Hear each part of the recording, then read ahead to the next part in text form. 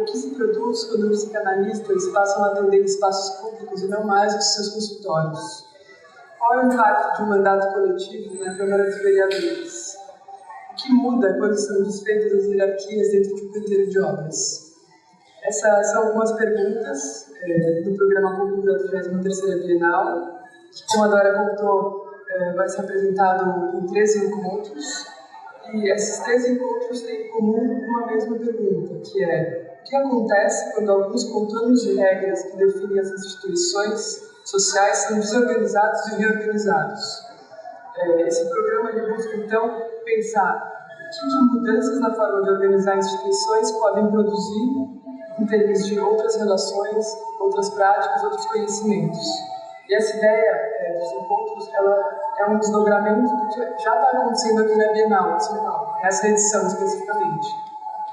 Essa edição, intitulada Afinidades Afetivas, ela transformou alguns dos princípios organizacionais da exposição, como a gente conhecia até então, e substituiu esses princípios por outras formas de funcionar. Então, eu vou dar alguns exemplos. Por exemplo, o curador ele designou um grupo de artistas poder de decisão para convidar outros artistas a fazerem suas exposições.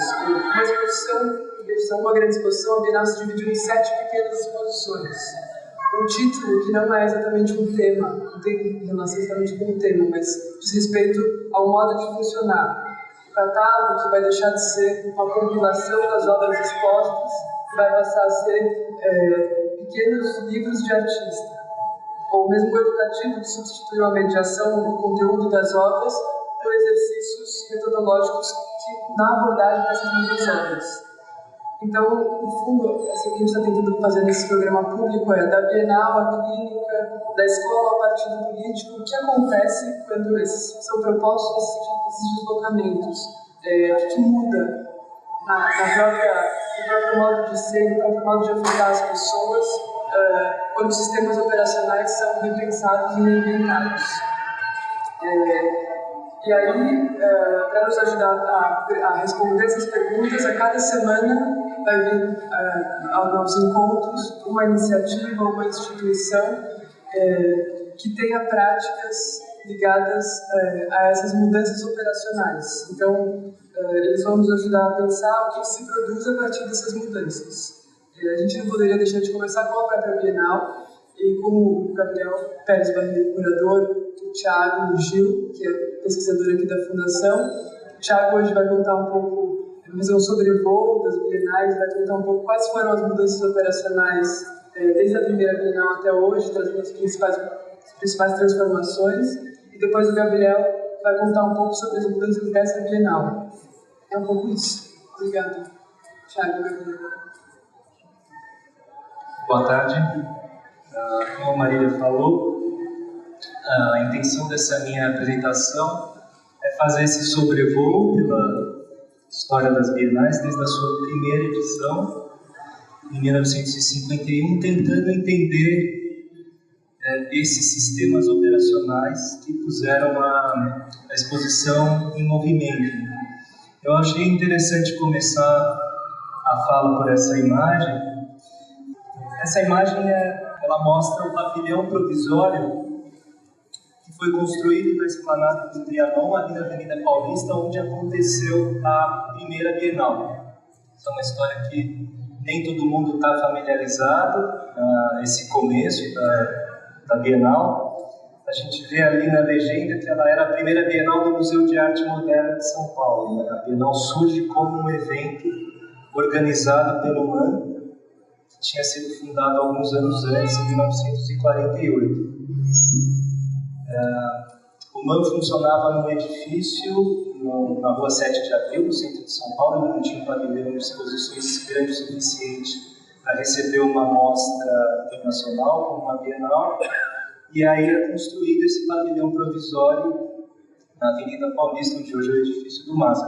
E eu gosto dessa imagem porque ela mostra essa sequência de bandeiras perfiladas ali, as bandeiras dos países que foram convidados para participar da primeira Bienal de São Paulo. Isso tem a ver com o que a gente pode entender como o sistema operacional de funcionamento da Bienal, que durou por mais tempo. Se inicia com a primeira Bienal em 1951 e ele vai até 2006, ele só é abandonado em 2006, na 27ª edição da Bienal. Esse sistema operacional é um sistema baseado em representações nacionais. Países que são convidados numa articulação que envolve instituições governamentais, diplomáticas, Ministério das Relações Exteriores, consulados, embaixadas. E era assim que a Bienal tomava forma, a participação dos países. Como é que ele funcionava? Eu trouxe aqui, tentei organizar aqui nesse slide um pouco como esse modelo atuava. Ele era baseado em 2 tipos de salas.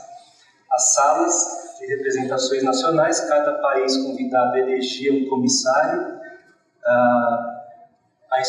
e uma instituição responsável pela preparação da delegação desse país para participar da Bienal.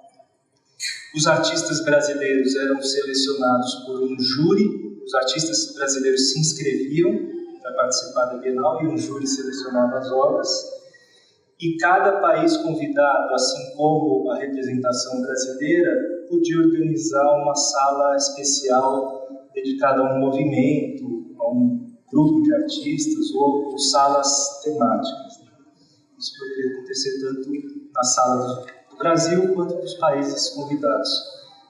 Essa lógica perdura praticamente durante toda a vigência desse sistema das representações nacionais. O que eu vou apresentar aqui é menos o que aconteceu depois. Eu não vou entrar em detalhes de que outro sistema surgiu quando em 2006 é abandonado o sistema de representações nacionais, mas o que eu vou falar é como ele foi se transformando ao longo da sua vigência para tentar criar outras estruturas que não fossem tão determinantes para a configuração da exposição, como a ideia de uma divisão geopolítica da mostra. Ao longo dessa trajetória do sistema de representações nacionais, a Bienal tentou criar estruturas para mitigar um pouco a preponderância desse modo de funcionamento na exposição. E é isso que eu vou apresentar aqui, um pouco assumindo que o modo de funcionamento atual é o que foi instaurado na 27ª Bienal em 2006, quando se abandona o sistema de representações nacionais, se institui um novo modelo, é esse modelo que está vigente, e é nesse modelo que a 33ª tenta propor alguma alteração.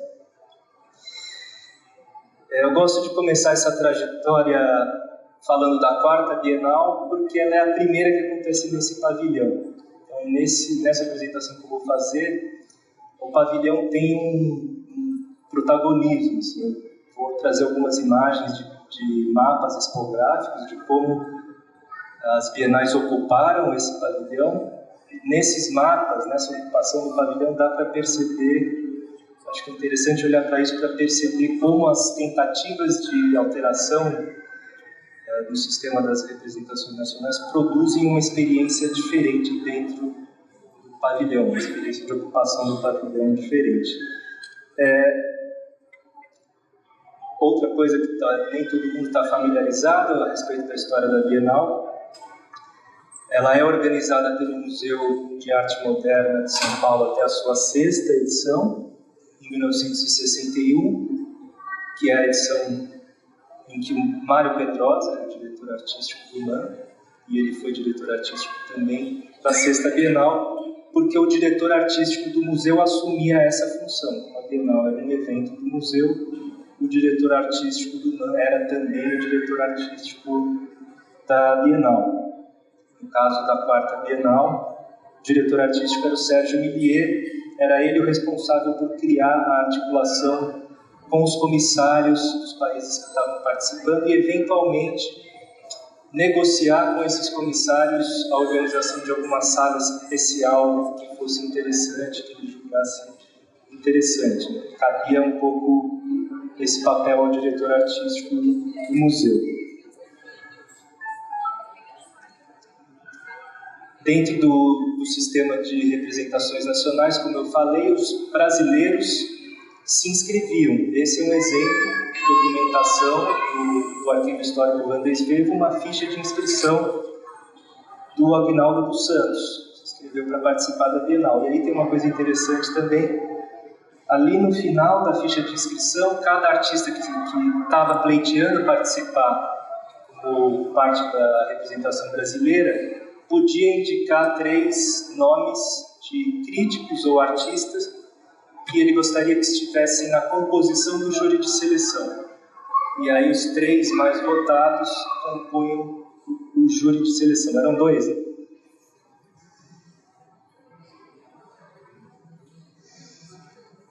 E aí, dentro daquilo que eu mencionei, que cada representação nacional podia organizar uma sala especial, eu trago aqui um exemplo de uma mostra que fez parte da representação dos Estados Unidos.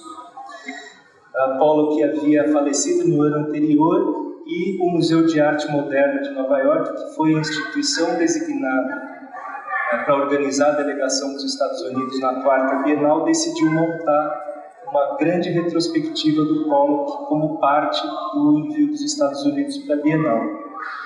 Isso se refletia também nas publicações que eram editadas a cada Bienal. Além dos catálogos gerais, com a lista de todas as obras e de todos os países, cada representação nacional podia editar o seu próprio catálogo, como foi o caso nessa ocasião da representação dos Estados Unidos, que editou tanto um catálogo dos artistas que compuseram a sala dos Estados Unidos, quanto um catálogo específico da mostra do Pollock, da sala especial do Pollock, que foi organizada.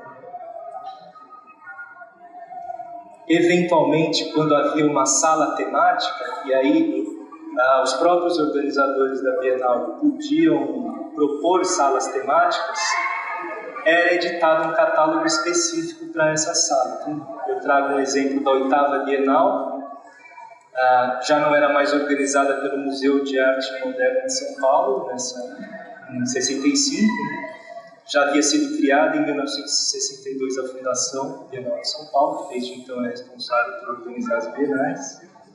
Nessa 8ª Bienal de 65, a comissão designada pela Fundação para articular com os países a 8ª Bienal pensou uma sala específica chamada Surrealismo e Arte Fantástica, uma sala temática, uma sala especial temática. Essa sala não estava ligada à representação de nenhum país, nem da brasileira, nem de nenhum dos países convidados. Foi uma sala temática separada. E aí ela teve um catálogo específico também, separado do catálogo geral da 8ª Bienal. Essa maneira de pensar a exposição começa a ser questionada numa Bienal que foi motivo de bastante questionamento, a 10ª Bienal. Houve um boicote internacional de artistas a essa Bienal, em protesto a situações de censura a exposições que haviam ocorrido em 1968 no Brasil.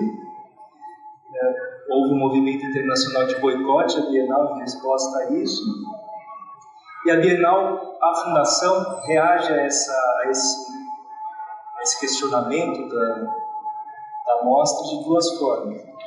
Uma delas foi organizando uma mesa redonda de críticos internacionais para pensar o formato não só da Bienal, mas de grandes exposições internacionais de arte. A mesa foi composta por essas pessoas que estão aí listadas e durante 3 dias foram debatidos alguns temas, estão aí também os temas que cada um apresentou, e os críticos que estavam na Bienal, os comissários dos países que estavam na Bienal por ocasião da abertura da mostra, também participaram e propuseram ideias, né, para repensar o modelo Bienal. Desse encontro, a mesa redonda, surgiu um documento chamado Recomendações da Mesa Redonda de Críticos Internacionais, que lista ali algumas ideias que surgiram. Por exemplo, que a Bienal incluísse retrospectivas didáticas, mostras temáticas e áreas da exposição dedicadas, não sei se vocês conseguem ler aí, a experiências e pesquisa, que apresentam possibilidades de desenvolvimento e realizadas nos 2 últimos anos anteriores às bienais. Então essas são algumas das propostas que surgiram dessa mesa redonda em 69 e que a Bienal tenta incorporar já na edição seguinte, na 11ª Bienal, numa sala que recebeu o nome de Proposições, que ocupou uma área grande do 3º andar. Então, tinha as representações nacionais ocupando todas os outros espaços do pavilhão, e foi criada essa sala Proposições, que acolheu, nesse momento, mais artistas brasileiros que apresentassem propostas que conectassem arte e comunicação. Também foi uma das questões levantadas na mesa redonda em 69. A Bienal deveria buscar um movimento de aproximação com o campo da comunicação. A 12ª Bienal repete a experiência de ter um espaço da exposição dedicado a uma aproximação entre arte e comunicação, assumindo isso, inclusive, no próprio nome que foi dado a esse setor da exposição, está ali arte e comunicação.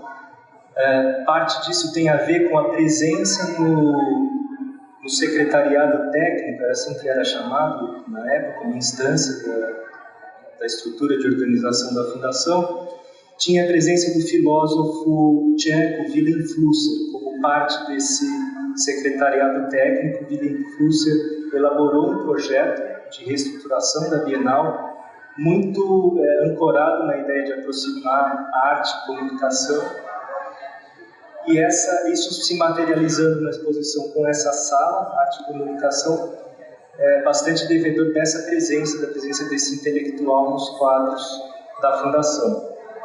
Então aqui a gente vê, nesses espaços que foram propostos no 3º pavimento, na primeira Bienal ainda acolhendo propostas de artistas brasileiros, agora já uma sala internacional dedicada a pensar a aproximação entre arte e comunicação, tem um primeiro movimento de desestruturação da lógica geopolítica, ainda num espaço restrito do pavilhão, uma sala no 3º andar, mas já tem um outro movimento acontecendo. As propostas que estão postas ali não estão representando países, estão a serviço de alguma outra ideia, dialogando com uma outra ideia. É isso que vai produzir na 14ª Bienal o que eu entendo ser a primeira grande chacoalhada que é feita no sistema de representações nacionais. Eu trago um trecho aí do catálogo, um trecho do texto do Conselho de Arte e Cultura, que era a figura institucional dentro da Fundação responsável por pensar a exposição. Não havia ainda curadoria, a curadoria surge nos anos 80. A Fundação criava pequenas comissões que eram responsáveis por organizar a exposição, cada uma tinha um nome. No caso da 14ª, era o Conselho de Arte e Cultura, formado por essas pessoas que estavam aí listadas, uma mescla de críticos de arte e de artistas. Aliás, uma coisa que eu esqueci de contar também, uma das reivindicações da Mesa Redonda de 1969 era a maior participação de artistas nas instâncias que tomavam decisões sobre a exposição dentro da Bienal. O Conselho de Arte e Cultura, essa figura institucional aí, aparece como também uma tentativa de acolher isso. O Conselho de Arte e Cultura dizia então sobre a 14ª Bienal que ela deixava de ser um espaço de consagração para se tornar um espaço de experimentação. O nivelamento das participações não será mais de caráter político, mas sim de criatividade. Abolimos a palavra artista, substituída por autor, autoria. minimizamos a palavra arte, pois parece-nos que os termos obra ou projeto melhor correspondem à realidade de nossa busca. Esses são os dois principais movimentos que a 14ª Bienal faz de diferença em relação às anteriores. Essa ideia de não ter a palavra artista, substituir por autor, autoria, obra, projeto, tinha por trás dela o desejo de incluir grupos de artistas, coletivos de artistas, como propositores de obra ou projetos a serem realizados na Bienal. E o nivelamento das participações, não sendo mais de caráter político, tem a ver com a expansão que o Conselho de Arte e Cultura propõe, daquela sala proposições das outras bienais que a gente viu. Isso se expande por toda a exposição.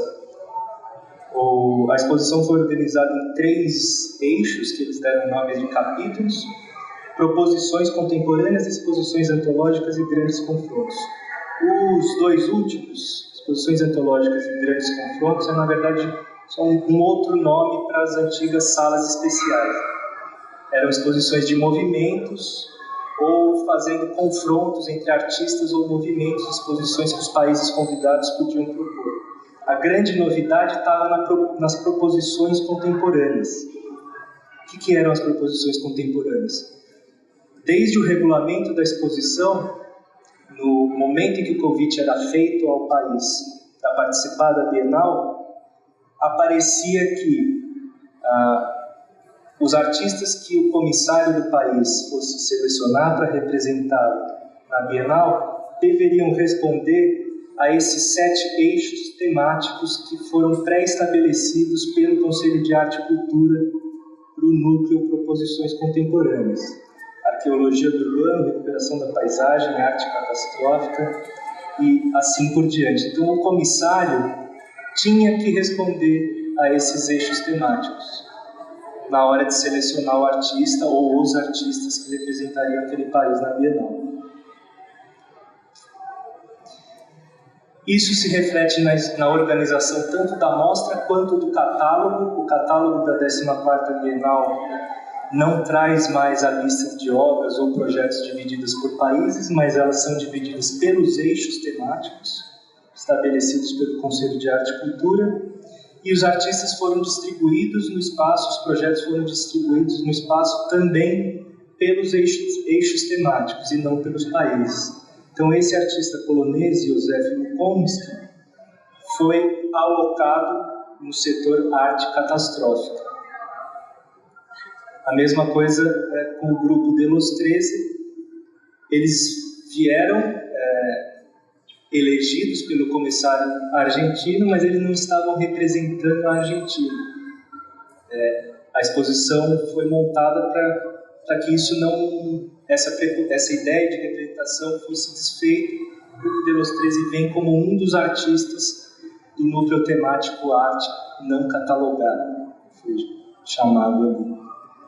Então, esse, para mim, a 14ª representa o primeiro movimento de desfazer mesmo a lógica das representações nacionais que estava movimentando a Bienal desde o seu início. Ela vai ser ampliada, por assim dizer, quando surge a figura da Curadoria Geral. Na 16ª Bienal é a primeira vez que se usa a expressão Curadoria Geral para designar a figura institucional responsável por pensar a mostra. O curador-geral foi o professor Walter Zanin, na 16ª Bienal, e ele convida um grupo de curadores para organizar setores específicos da 16ª Bienal: cinema, videoarte, arte postal, arte em comum. Isso se refletia também na publicação. Cada um desses setores da exposição teve um catálogo específico, além do catálogo geral da Bienal. O sistema operacional das representações nacionais continua ativo, continuam países sendo convidados através de uma articulação diplomática para participar da Bienal, mas a organização desses envios seguindo, desdobrando o experimento da 14ª Bienal, já não é mais feita por salas de países, e sim pelo que foi chamado de analogias de linguagem. Essas analogias de linguagem estando organizadas nesses núcleos e vetores que Walter Zanini imaginou para a exposição. O agrupamento se dando por obra como projeto, obra como processo, obra como objeto. Dentro dessas três categorias, artistas com afinidades de linguagem foram colocados na mesma área da exposição, alocados na mesma área da exposição. A seleção dos artistas brasileiros passa a não ser mais por um sistema de inscrição, como era antes. Ela passa a ser responsabilidade do Conselho de Arte e Cultura, que era presidido pelo curador-geral da exposição, o Walter Zanini. A seleção dos artistas estrangeiros continua sendo responsabilidade dos países convidados, mas há um esforço cada vez maior da curadoria-geral influenciar essa escolha, e se cria um dispositivo no regulamento para que a Bienal tivesse autonomia de fazer convites individuais a artistas sem ter que se submeter à mediação do comissário de cada país.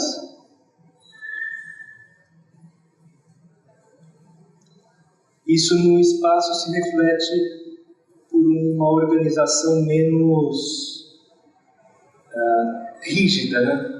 A ideia das analogias de linguagem cria espaços um pouco mais dinâmicos, de certa forma. E dentro dessa proposta, né, situando uma mesma linguagem no mesmo bloco. Então, um bloco ali da arte postal, à direita, um bloco do que foi chamado, era algo inovador na época, né? Muitos artistas usando o sistema de videoterço para produzir obras em meio eletrônico, tiveram um núcleo deles ali também. Núcleo de livros de artistas. Essa foi a estratégia do Zanini para as duas bienais que ele organizou, 16ª e 17ª. Esse é um exemplo de uma sala de artista. Como a gente vê ali, os números já não mais correspondem a países, mas correspondem a artistas. As salas são de artistas, não são de países. Esse é um exemplo de sala da dupla Hubert e George. E uma imagem do setor de arte postal.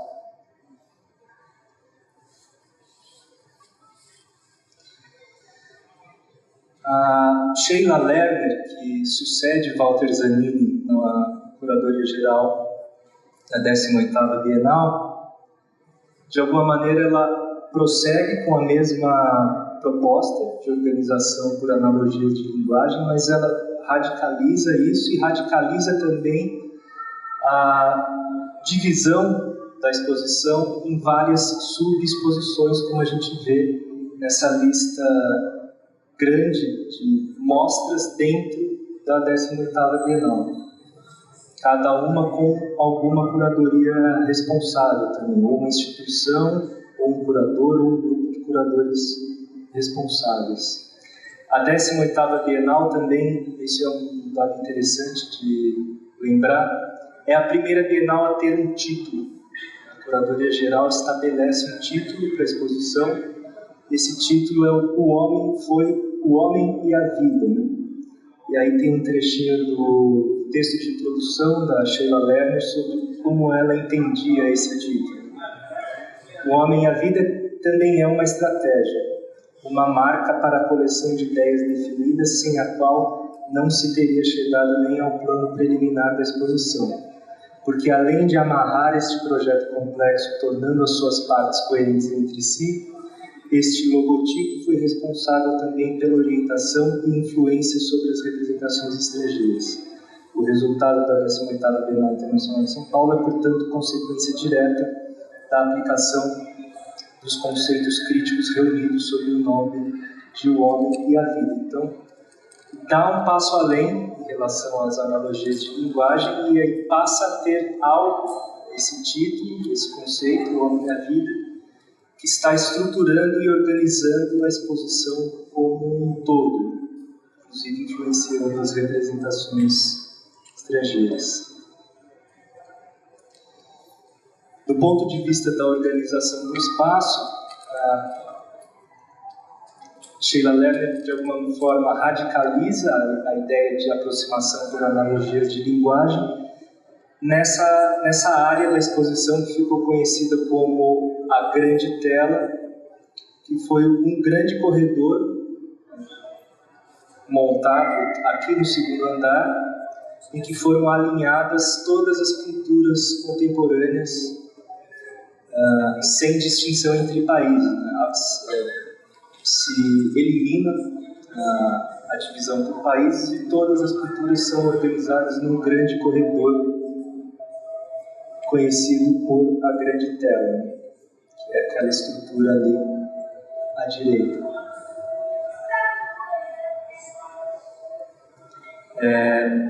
Dentro de algumas narrativas sobre a história da Bienal, essa é considerada o primeiro gesto curatorial mais contundente, que determina uma maneira de relacionamento do visitante com a obra exposta, marcada por uma ideia que é da curadoria da Bienal. Houve vários protestos, teve artista que quis retirar a obra desse grande corredor, para discordar dessa ideia discográfica, enfim. Causou uma polêmica no momento em que foi experimentado isso.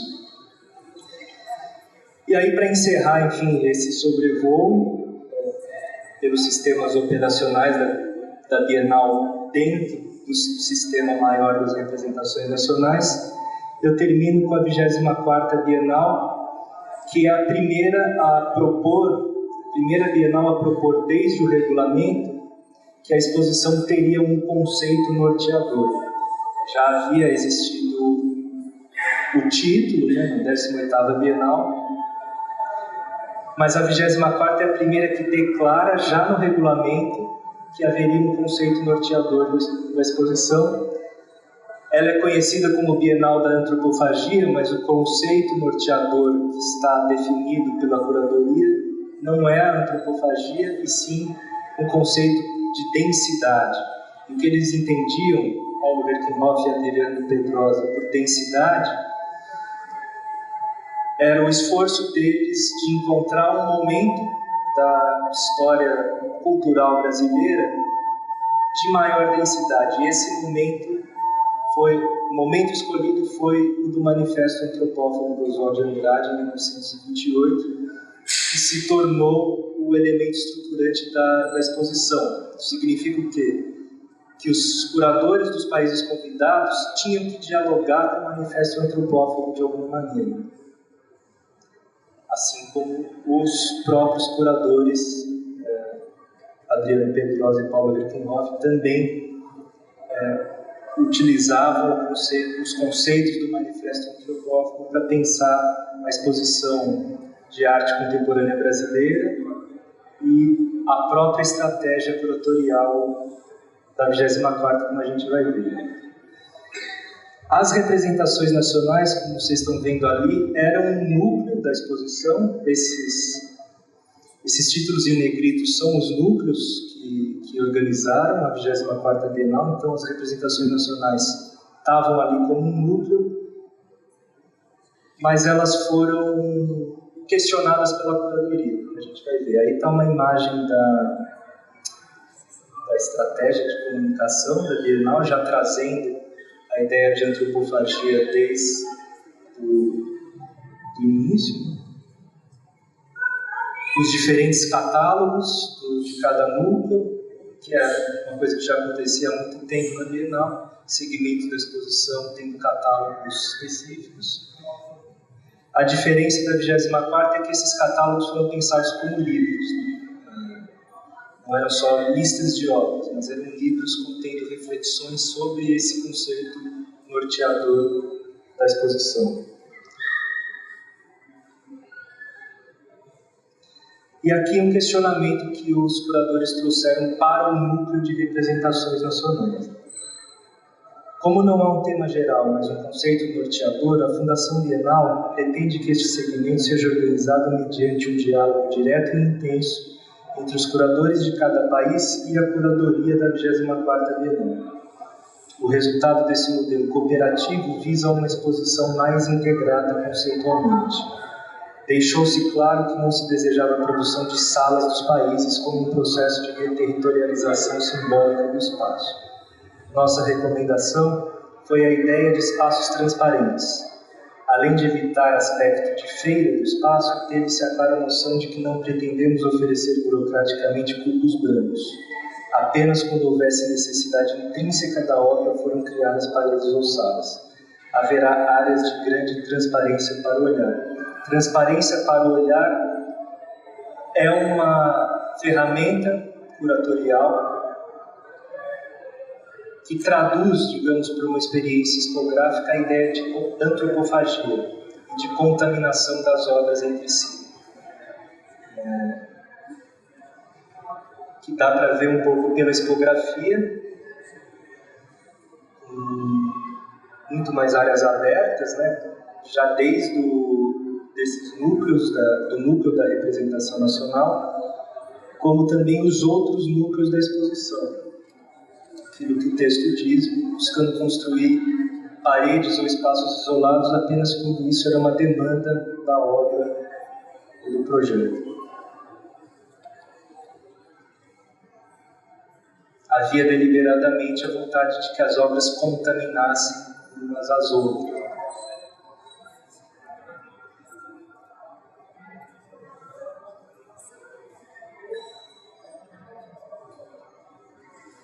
Isso aconteceu no núcleo histórico, com uma estratégia também deliberada por parte da curadoria de inserção de obras contemporâneas em meio às exposições históricas. Por exemplo, uma obra do Tunga, no meio de uma mostra dos pintores viajantes dos séculos XVI e XVII, como Ecaute. Uma parte importante do núcleo histórico, e ali foi inserida uma obra do Tunga no meio dessas pinturas. Então, para encerrar mesmo esse trajeto, eu trago aqui essa imagem, mostrando como é que foi se alterando a ocupação do pavilhão conforme se alterava a maneira de lidar com os sistemas das representações nacionais por parte da Bienal. Retomando aquela primeira vista da rampa da 4ª Bienal e comparando com uma da 24ª, uma reconfiguração total do espaço, um outro entendimento do que podia ser a representação nacional. E aí, para finalizar, eu falei, a 18ª foi a primeira Bienal a ter um título. A partir da 25ª, essa experiência vai ser repetida por todas as bienais. Esses são os títulos dessas edições das bienais desde 2012, desde 2002.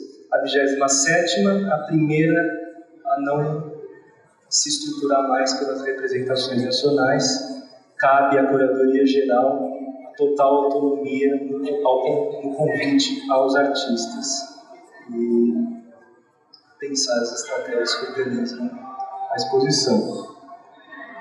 Da minha parte é isso. Agora passaria para o Gabriel, para a Maria.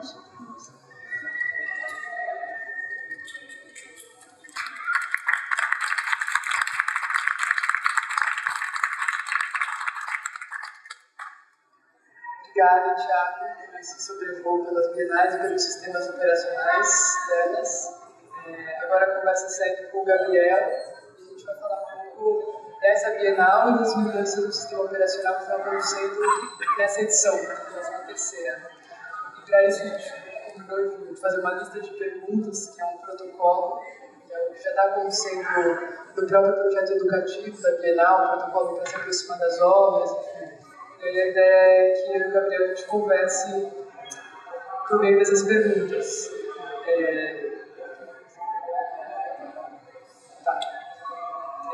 São 12 perguntas que eu fiz para o Gabriel sobre essa Bienal e sobre como ele estruturou a exposição.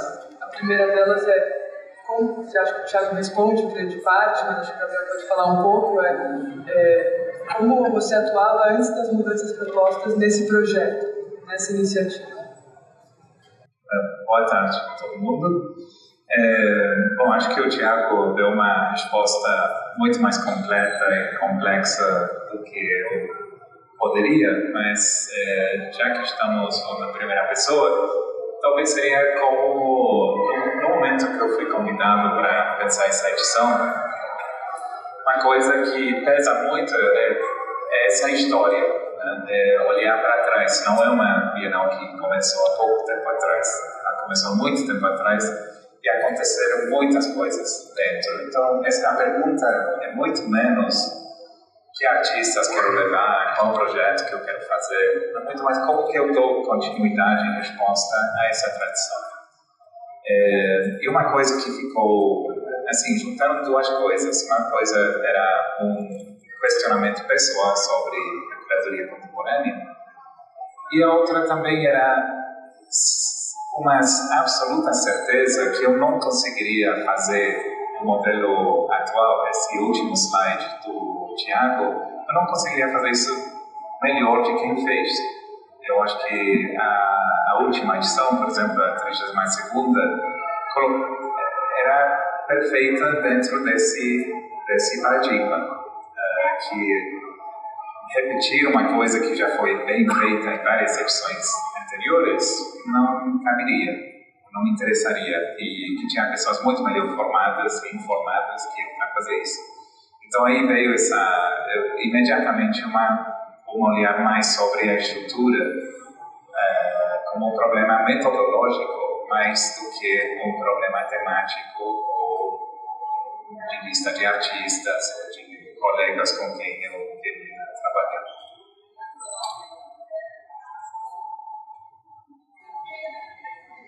A segunda pergunta é se houve algum acontecimento que disparou a proposta de um novo modelo de funcionamento, de um novo modelo de um sistema operacional, e como foi esse processo. Daí acho que você pode até trazer a sua experiência de curadoria nos últimos anos, assim, qual foi esse momento que a estrutura se tornou algo com o qual você queria trabalhar.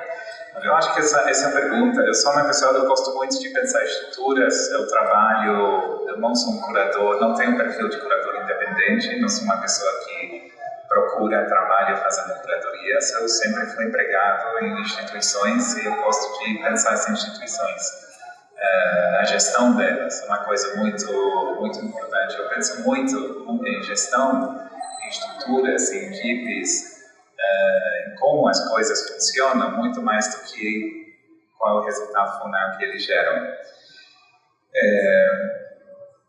Falando isso, também tenho a curiosidade que uma década atrás eu fiz uma outra Bienal no Brasil, que foi a Bienal Mercosul, no ano 2007, a 6ª Bienal.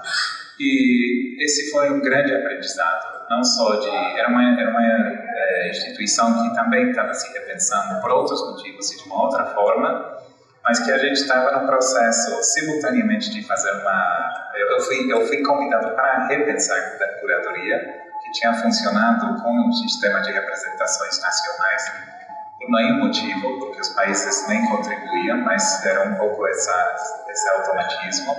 E ao mesmo tempo, Justo Verlag, a pessoa que me convidou, o presidente da Bienal, estava fazendo um processo de reorganização da gestão.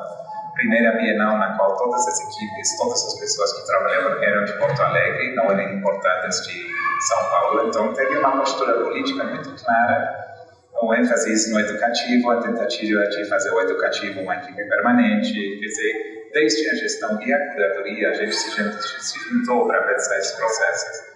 Isso para mim foi uma revelação absoluta. Eu vi que quando você junta esses dois lados, a tua potência é maior, ou a possibilidade de mudança, a possibilidade de uma ação efetiva é bem maior do que só pensar a curadoria como algo que não tem nada a ver com a estrutura, só pensar essas estruturas como algo que não tem nada a ver com o conteúdo, que é como funcionam muitas instituições culturais, infelizmente. Então foi um pouco essa experiência aí, teve uma pequena experiência de curadoria com artistas que me ficou na cabeça como algo que poderia ser radicalizado. E nessa década, entre 2007 e 2018, 11 anos, na verdade, também fui observando, ou interpretando, mais que observando, interpretando um cansaço com esse modelo, com esse gesto, com essa predominância do gesto curatorial. Nesse momento se multiplicaram as bienais. Hoje tem 320, parece, foi na última encosta. Elas são muito parecidas. Eles têm uma estrutura muito semelhante, uma estrutura principalmente discursiva, na qual você anuncia uma série de coisas ao nível de release, de fala, e não necessariamente de conteúdos. Então, essa crescente separação entre o que você diz e o que você faz é uma coisa que me preocupou. Então, não foi um acontecimento único que disparou isso. O que disparou foi um convite totalmente inesperado, mas esse convite chegou num campo de umas questões que eu não queria dar um passo dentro do projeto. De fato, eu demorei uns 2 meses a aceitar, porque eu queria ter a certeza de poder dar uma resposta estrutural e não só curatorial.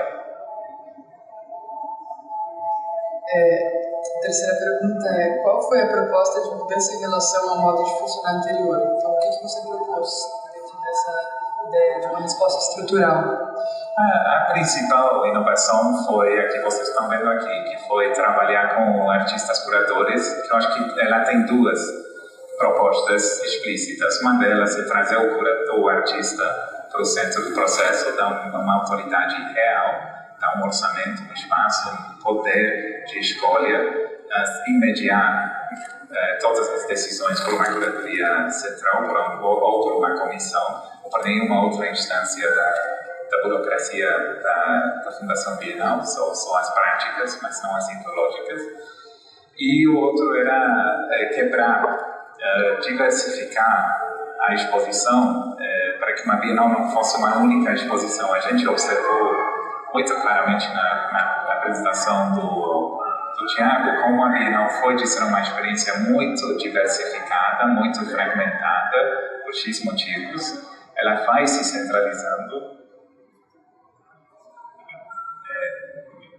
Ela vai se centralizando e até as últimas edições, onde realmente é uma única exposição. A intenção é que seja uma única exposição. Então eu queria, nesse sentido, dar um passo atrás, sem ser um passo atrás, porque ela nunca foi assim, mas sim resgatar a ideia de que a diversidade de experiências é um fator importante. Então aí, por exemplo, o grande parceiro foi o Álvaro Azul, que está aqui, que foi nosso arquiteto, também, e pensar o próprio espaço da exposição como uma série de experiências que fossem cumulativas pela diferença e não pela semelhança. Então, acho que esse foi o principal parte da proposta. Aí chega a proposta do educativo, das publicações, todas elas têm umas pequenas inovações. Até teve uma inovação, por exemplo, na forma de comunicação, que foi proposta pela equipe de comunicação, que foi um momento muito feliz, né, quando até a própria equipe te chama a atenção das incoerências no teu próprio projeto. E o educativo foi um pouco diferente. Ele foi criado numa parceria muito ativa entre uma provocação que eu trouxe para a mesa, que é vamos repensar a estrutura, a experiência da equipe da Fundação, que já vem pensando muito sobre essas questões. O Tiago faz parte dessa equipe. E as pessoas convidadas especificamente para essa edição, que foi a Liliane e a Helena, que não sei se a Helena está aqui. Então, essa foi, aí a proposta não foi uma reforma, mas foi limpar para começar a pensar juntos na construção coletiva.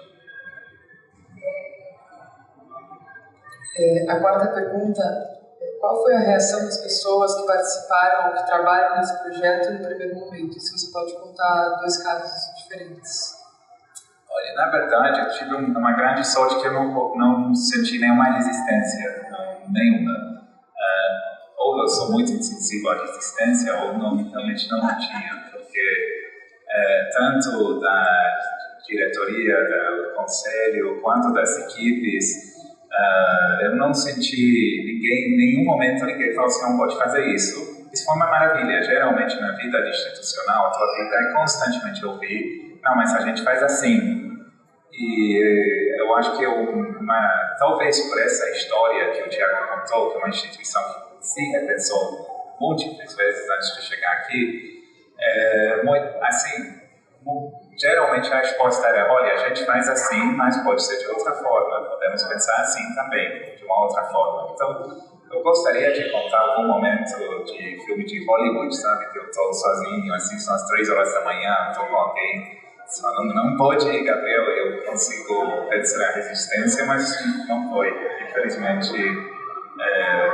enquanto dramatismo, não senti nenhuma resistência. Houve questionamentos, mas nenhum deles no sentido de viabilizar um projeto. Por exemplo, no projeto educativo que a gente falou, o pessoal falava, mas como que não vamos dar imagens das obras da Bienal, uma demanda dos professores que a Bienal recebe? Então foi uma questão debatida. Será que a gente abre mão, não abre mão? Isso é bom, isso é ruim? O que a gente pensa sobre isso? Até chegar na decisão coletiva de que não ia incluir. Mas não foi nada, nenhuma imposição nesse sentido. A quinta pergunta talvez seja um pouco cedo para trazer esse questionamento, mas qual foi a reação dos usuários visitantes no primeiro momento? Pode contar casos diferentes? Tem que perguntar para as pessoas. Pode revelar isso no final da conversa, a gente vai abrir e de repente vocês podem trazer. Então a sexta pergunta é: o que saiu do controle? Quais foram as dinâmicas que surgiram que você não sabia lidar? Bem poucas, mas as que aconteceram acho que foram potencialmente graves e surgiram no final do projeto. E eles tinham a ver, o artista curador tinha uma regra, tinha 2 regras. Uma era incluir o seu próprio trabalho, para saber de onde sai esse discurso e tirar essa questão ética, devo ou não incluir o meu trabalho, precisa incluir, pronto. E o outro era não interferir fisicamente no espaço do outro, porque se você está fazendo uma exposição, não vai lá e coloque um trabalho na metade da exposição do outro. Muita coisa bem simples. Agora, o que acontece? Que apesar dessa Bienal estar com muito espaço vazio, teve momentos que uma decisão numa exposição afetava o que poderia acontecer numa outra exposição. Para dar um exemplo, aqui a gente vê no espaço do Daniel Boschkoff, que está aqui conosco, ele incluía como parte do seu projeto uma saída para o vão. E o vão é um espaço de ninguém nesse projeto. Ele claramente foi pensado assim. Ao mesmo tempo, não é um espaço de ninguém, porque ele é visível de quase todo o pavilhão. E o projeto embaixo cai na área da Sofia Borges, cai dentro de uma das curadorias, e ela colocou uma peça sonora. Outro caso que essa peça contamina a Bienal inteira, só que acho que essa contaminação é bem suave, acho que foi bem recebida. Mas, por exemplo, quando ela vê um volume começando a sair do espaço dela, ela reclama, mas ninguém me falou. E aí você tem a liberdade de um em contra da liberdade do outro, e isso cai na curadoria geral, porque todo o resto do processo foi super harmônico, super simples, mas esses momentos de conflito foram super difíceis, eu não sabia de que lado cair. Eu entendia exatamente porque o Daniel Boschkoff precisava desse espaço, porque a Cláudia defendia. Eu entendia exatamente também o ponto da Sofia, falando, eu sempre pensei isso vazio e você colocou um volume no meio. Então, houve 2 situações assim, né, que tem a ver com a aparição de uma coisa um pouco imprevista que afeta a autonomia do outro. Então, esses foram casos difíceis de resolver. E nesse caso, por exemplo, eles pedem para a curadoria um ato de autoridade que eu não queria fazer. Se eu caísse de um lado ou de outro, eu ia invalidar todo o meu modelo. Uma situação muito chata, porque você criou uma estrutura com regras, a regra criou um nó, e esse nó, você é a única pessoa com capacidade de resolver, mas essa capacidade inevitavelmente vai cair.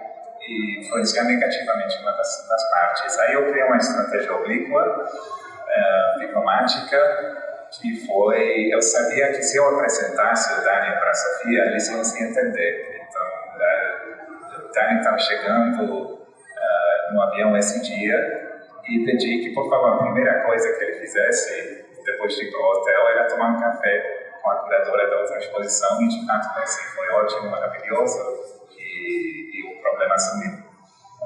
Mas não tinha muitas mais ferramentas. Se isso não teria dado certo, se isso teria voltado uma situação conflitiva, honestamente eu não saberia como resolver.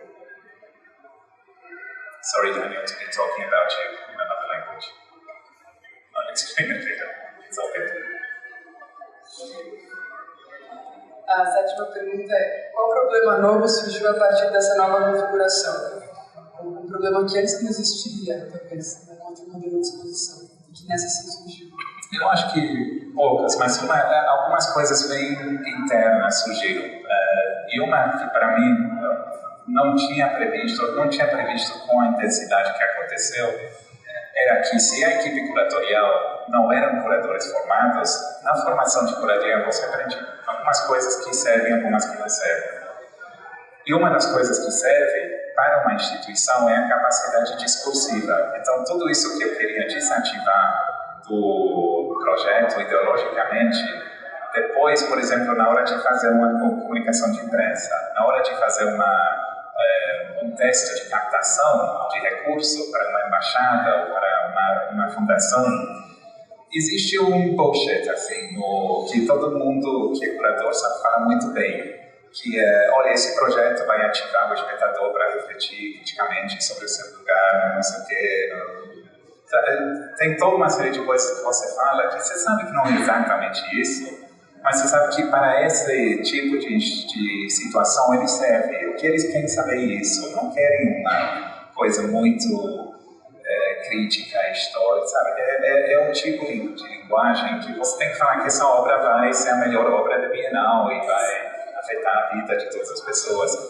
E você faz isso sem pensar, faz isso completamente automático. Então, quando chegavam os pedidos para os artistas curadores, tipo, você tem um artista na tua ilha que morou 5 minutos na República Tcheca, e a gente, por isso, vai pedir um apoio para a República Tcheca, eu vi a cara de susto. Tipo, mas eu não vou falar que esses 5 minutos na República Tcheca é o mais importante que aconteceu na vida desse artista.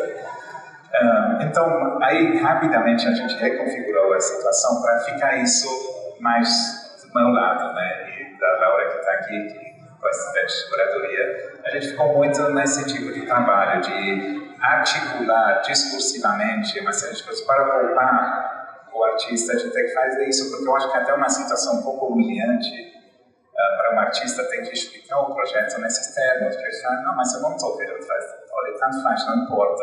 Então, isso aqui é um pacto que a gente faz para conseguir. Acho que todo mundo que participa desse jogo sabe, eles só precisam da coisa escrita para formulário para passar, para ter aprovação. Que nem aqui no Brasil você tem isso, o Lei Rouanet, você tem que explicar toda a exposição, todos os efeitos da exposição, todos os produtos, todo o impacto antes dele acontecer, mas tem pessoa contratada que sabe fazer isso. São coisas que fazem parte de qualquer gestor que sabe fazer isso. Então essa foi um ajuste que a gente teve que fazer. Agora a pergunta é a contrária. Qual problema existia na configuração anterior de expor e que desapareceu a partir dessa configuração atual? Olha, eu acho que o resultado não sou eu que vai poder avaliar se essa Bienal no resultado como ela é. Isso começou ontem e vai continuar no tempo histórico. Eu acho que posso falar das equipes, do que aconteceu internamente na Bienal, que um fator que eu sim acho que foi importante, que a gente chegou no final do processo sem estar completamente esgotado. A gente está cansado, todos estamos cansados, mas a gente não está esgotado, que eu acho que é uma coisa bem diferente. Eu acho que essa centralização, esse modelo, quer dizer, todo esse processo que o Thiago mostrou, foi de uma estrutura de responsabilidades muito delegadas. Cada comissário era responsável, às vezes, por uma sala do tamanho disso aqui. Então, tudo bem, a coordenação disso é difícil, mas ninguém tentava dar conta de 25 mil metros quadrados de espaço expositivo. Eu ouvi falar que são 2 vezes o tamanho do MoMA. Nenhum curador vai ser chamado para fazer uma exposição nessa escala em 1 ano e meio. É completamente inumano. Então, acho que essa estrutura de voltar para uma delegação de conteúdos com áreas claras significou que o processo de montagem tudo ficou mais fácil, porque tinha uma pessoa aqui que era responsável por essa área e que ia tomar 95% das decisões. Aí, se precisava, chamava e a gente conversava. Mas só nos problemas, não era a ideia de que cada decisão dentro desse pavilhão ia cair com uma pessoa só. Eu acho que isso se repete de alguma forma no educativo, que também tinha uma outra estrutura de criação de conteúdos. No educativo também houve uma participação. Eu acho que dividir as responsabilidades de uma outra forma ajudou muito a evitar, por um lado, esse esgotamento das equipes e outros conflitos que são famosos. Todo mundo te fala, quando você aceita uma Bienal, cuidado, vai ser terrível, você vai ficar com todo mundo, você vai... Tem isso aconteceu muito no passado, e eu acho que evitar isso, por um lado, talvez seja coincidência, mas eu acho que também tem um desenho institucional que não é só dessa edição, também a Bienal está num processo de estruturação, de prever os problemas, de construir, de aprender sobre o que não deu certo na edição anterior. Então, esses processos todos, acho que uma das coisas que foi evitada foi esse grande momento de esgotamento e conflito. A nona pergunta é: atualmente, qual é a sua preocupação com esse projeto? Então, assim, o que você pensa às 3 da manhã quando você se preocupa com ele? Várias coisas, né? Eu acho que é um evento de muita expectativa, é uma colocação muito pública. A imprensa, a cultura brasileira tem um hábito de julgar as bienais antes delas acontecerem. Então tem uma série de questões que emocionalmente são difíceis de encarar uma situação assim. Você tem que... A Dora, que está aqui, me falou: o primeiro dia, se prepare, Gabriel, espiritualmente e emocionalmente, para o que vem. E, de fato, é um pouco difícil. A minha preocupação principal era que, depois de 2 edições de Bienal que se colocaram ideologicamente, não estou falando politicamente, ideologicamente, de uma linha bem clara, que essa Bienal ia ou vai ser percebida como um ato politicamente naif, no momento em que o Brasil está vivendo, que existe agora uma expectativa que a Bienal vai responder de uma forma muito imediata à crise do momento. Muita pergunta em coletiva de imprensa: como a tua Bienal vai responder às eleições? Eu comecei a trabalhar 1 ano e meio atrás, nem tinha candidato. Mas você sabe, existe um pouco essa ideia que a Bienal ela precisa responder. E essa edição não se propõe isso. Eu acho que ela é altamente política em outros sentidos, mas sempre que eu falo isso parece que eu estou me defendendo de uma acusação de não ser o suficiente. Então isso sim, uma preocupação, uma preocupação tanto de mal leitura da minha intencionalidade, quanto talvez eu realmente esteja fazendo um gesto naif, que alguma coisa terrível vai acontecer no Brasil nesses meses e vai ocorrer durante a minha edição da Bienal, e quem sabe como vai ser a leitura disso. Então esse tipo de coisas é meio irracional, mas das 3 horas da manhã você não está muito racional. A 10ª pergunta é: que mudanças você acha que esse projeto produziu no espaço físico e ao redor dele? Não só no espaço do pavilhão, mas além do pavilhão. Tem alguns, começando com o pavilhão, né, a museografia, a ideia de espaço foi claramente pensada na edição para criar esse tipo de espaço que a gente está espalhado por toda a Bienal. Tem muita área de descanso, tem um novo café aqui atrás. Então eu queria muito que a pessoa que chegasse se sentisse abraçada e recebida por uma Bienal que reconhece a dificuldade do seu próprio prédio, do seu próprio environment. Mas isso é uma questão talvez mínima, ou, enfim, não sei se é exatamente essa a tua pergunta.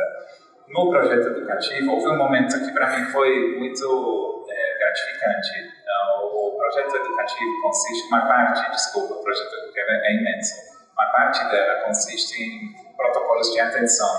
É uma tentativa de sensibilização da pessoa com seu entorno, né, de poder olhar para uma coisa que você deixou de olhar. E na formação, isso foi, todas as equipes fizeram, muitos professores, muitas pessoas, foi um modelo testado com muita intensidade nesses meses. Mas houve um momento muito bonito que todos os funcionários do Parque Ibirapuera foram convidados para uma apresentação. E eu aí falei com eles, expliquei um pouco essa ideia, e depois começou uma série de práticas com eles. Então, teve umas semanas, uns meses, que você saía no parque e você via um monte de gente se olhando para uma coisa com atenção. E você começava a reconhecer quando isso acontece. E para mim é um momento muito mágico, pensando que teve uma extensão que não era. Uma das outras perguntas das entrevistas: você vai colocar algum trabalho no parque? Vai fazer uma pista de skate, como foi na última edição, que foi super popular? Também com vergonha, não tem nada, sabe? Mal consigo preencher esse prédio aqui para pensar ainda no espaço.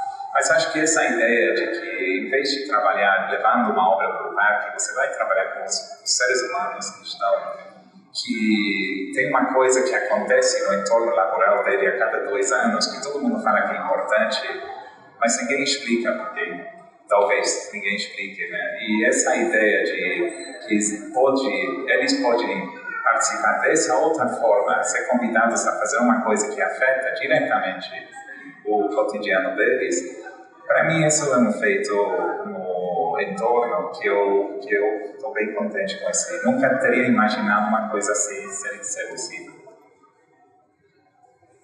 A penúltima pergunta é: qual é para você o maior ganho desse projeto e a maior dificuldade que ele enfrenta? Se é que você pode responder isso agora, né? Afinal, pode abrir, mas...